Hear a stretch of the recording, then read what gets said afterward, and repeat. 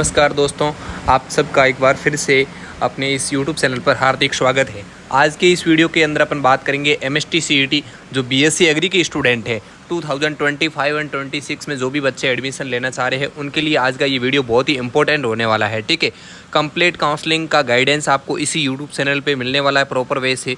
जो नीचे helpline number दे रखे हैं वहाँ से आप कांटेक्ट कर सकते हो, व्हाट्सअप मैसेज कर सकते हो। सबसे पहले प्रायोरिटी है आप व्हाट्सअप पे मैसेज करना। ठीक है, आज की इस वीडियो में मैं आपको बताने वाला हूँ कि आपको कौन कौन से डॉक्यूमेंट्स रिक्वायर्ड रहेंगे। ठीक है, जिन भी बच्चों ने पेपर दिया है, अब वो BSc agriculture and allied course है जो भी है, उनमें यदि एडमिशन लेना चाह रहे हैं तो उनको ये सारे डॉक्यूमेंट्स रेडी कर लेने चाहिए। अदरवाइज़ आपके अच्छी परसेंटाइल होने के बावजूद भी आप काउंसलिंग से बाहर हो जाओगे, यानी कि सिलेक्शन से दूर हो जाओगे। तो सबसे पहले डॉक्यूमेंट्स की बात करूं तो मैं domicile certificate issued by the competent authority from Maharashtra, college school leaving certificate containing place of birth from Maharashtra, यानी सीधा कहने का मतलब है आपका डोमिसाइल सर्टिफिकेट होना चाहिए आपके पास में जो गवर्नमेंट की अथॉरिटी की तरफ से। उसके बाद में दे रखा है school leaving certificate containing place of birth from Maharashtra. उसके बाद में birth certificate issued by the competent authority from Maharashtra. ठीक है, उसके बाद में सेकंड पॉइंट दे रखा है अदर स्टेट के जो भी कैंडिडेट है उनको भी अपना स्टेट जो सर्टिफिकेट होता है, यानी कि आप किस स्टेट से बिलोंग करते हो, डोमिसाइल सर्टिफिकेट आपके पास में भी होना चाहिए, क्योंकि अदर स्टेट के स्टूडेंट भी इस CET के एग्ज़ाम में पार्टिसिपेट कर सकते हैं, तो उनके लिए भी एक इन्फॉर्मेशन है।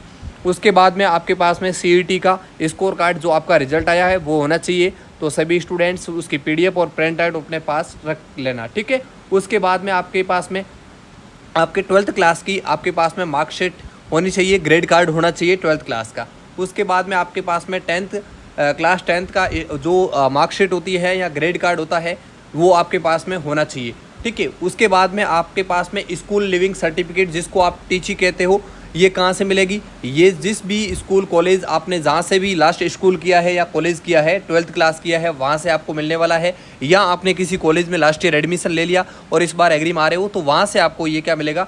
ट्रांसफ़र सर्टिफिकेट या स्कूल लिविंग सर्टिफिकेट मिलने वाला है। ठीक है, उसके बाद में the candidate admitted in last year academic year in any agriculture university in Maharashtra if again apply to seek the admission for current academic year first year degree course then the bonafide certificate issued from last attended respective college, यानी कि आपने किसी college में admission ले लिया है तो वहाँ से आपको सर्टिफिकेट लाना पड़ेगा। ठीक है, उसके बाद में आपके पास में कास्ट सर्टिफिकेट होना चाहिए। ठीक है, स्टेट गवर्नमेंट की अथॉरिटी की तरफ से वैलिड होना चाहिए। ठीक है, उसके बाद में कास्ट वैलिडिटी सर्टिफिकेट वो भी आपके पास में होना चाहिए, authority of the state government. आपके पास में कास्ट वैलिडिटी सर्टिफिकेट होना चाहिए, कास्ट सर्टिफिकेट होना चाहिए। ठीक है, उसके बाद में आपके पास में यदि आप OBC से हो तो OBC सर्टिफिकेट होना चाहिए आपके पास में, SBC से हो तो SBC सर्टिफिकेट होना चाहिए। तमाम तरह के जो भी सर्टिफिकेट है आपके पास में होने चाहिए। ठीक है, उसके बाद में as per letter general administration GR number letter. ठीक है, ये इकोनॉमिकली वीकर जो EWS कैटेगरी के हैं उन स्टूडेंट्स के लिए है। ठीक है, उसके बाद में certificate of freedom fighter issued, जो फ्रीडम फाइटर स्टूडेंट्स है जिनको जो रिजर्वेशन कोटा मिलता है उनके पास में जो पेरेंट्स जिनके भी है ग्रैंड पेरेंट्स जो भी कैंडिडेट उनके पास में ये सर्टिफिकेट होना चाहिए। ठीक है, उसके बाद में नेक्स्ट दे रखा है एफिडेविट के पास कैंडिडेट जो सन डॉटर है उनके पास में फ्रीडम फाइटर का एक एफिडेविट सर्टिफिकेट बनवाना है। तो जो भी स्टूडेंट्स इस कैटेगरी से बिलोंग करते हैं उनके पास में ये सारे सर्टिफिकेट होने चाहिए। ठीक है, certificate of defence personnel issued by the Zila Sainik welfare officer, जो बच्चे डिफेंस कैटेगरी से बिलोंग करते हैं उनके पास में डिफेंस सर्टिफिकेट होना चाहिए। कहाँ से? जिला सैनिक वेलफेयर ऑफिसर के थ्रू। ठीक है, उसके बाद में PWD कैंडिडेट है उनके पास में अपना सर्टिफिकेट होना चाहिए। ठीक है, certificate of project affected person issued by district resettlement officer. ठीक है, आपके पास में PAP का सर्टिफिकेट यदि आप एलिजिबल हो तो वो आपके पास में होना चाहिए। ठीक है, उसके बाद में सर्टिफिकेट ऑफ एग्रीकल्चरिस्ट, आपके पास में एग्रीकल्चरिस्ट सर्टिफिकेट होना चाहिए। ठीक है, वो आपका कहाँ से मिलेगा? नायब तहसीलदार या तहसीलदार की तरफ से आपको मिलेगा। ठीक है, तो यहाँ पे जो सन दे रखा है इसकी आप ये हटा दीजिएगा, या 24 एंड 25 इशूड होना चाहिए। ठीक है, उसके बारे में 7/12 सर्टिफिकेट आपके लैंड है तो आपको वो सर्टिफिकेट भी होना चाहिए। वो कहाँ पे मिलेगा?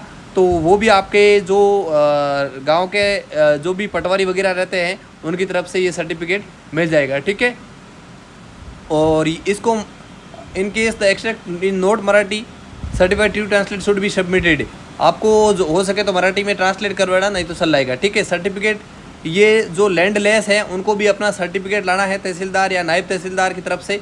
सारे सर्टिफिकेट जो बता रहा हूँ वो सारे सर्टिफिकेट आपके होना चाहिए। यदि कोई फिशरमैन है तो उनके पास में फिशरमैन का सर्टिफिकेट होना चाहिए। कोई बच्चा एनसीसी का है तो उसके पास में एनसीसी का सर्टिफिकेट होना चाहिए, ठीक है। और कोई बच्चा स्पोर्ट्स से है तो उसके पास में स्पोर्ट्स का सर्टिफिकेट होना चाहिए। यदि एनएसएस का है तो उसके पास में एनएसएस का सर्टिफिकेट होना चाहिए, ठीक है। यदि कोई एमसीआईआर का अंदर एम्प्लॉयज़ है या एग्रीकल्चर यूनिवर्सिटी के अंदर एम्प्लॉयज़ है तो उनको भी अपना सर्टिफिकेट लेके आना है, ठीक है। सर्टिफिकेट ऑफ डिबेट, यदि आपने कहीं भी पार्टिसिपेट किया है तो वो भी सर्टिफिकेट आपको लेके आना है। Marksheet certificate diploma in agriculture science, यदि आपने कहीं पे भी डिप्लोमा किया है तो वो सर्टिफिकेट आपके पास में होना चाहिए, ठीक है। आपने कोई टेक्निकल स्कूल में डिप्लोमा किया है तो वो होना चाहिए। यदि आप माइग्रेंट हो तो आपके पास में माइग्रेंट सर्टिफिकेट होना चाहिए, ठीक है।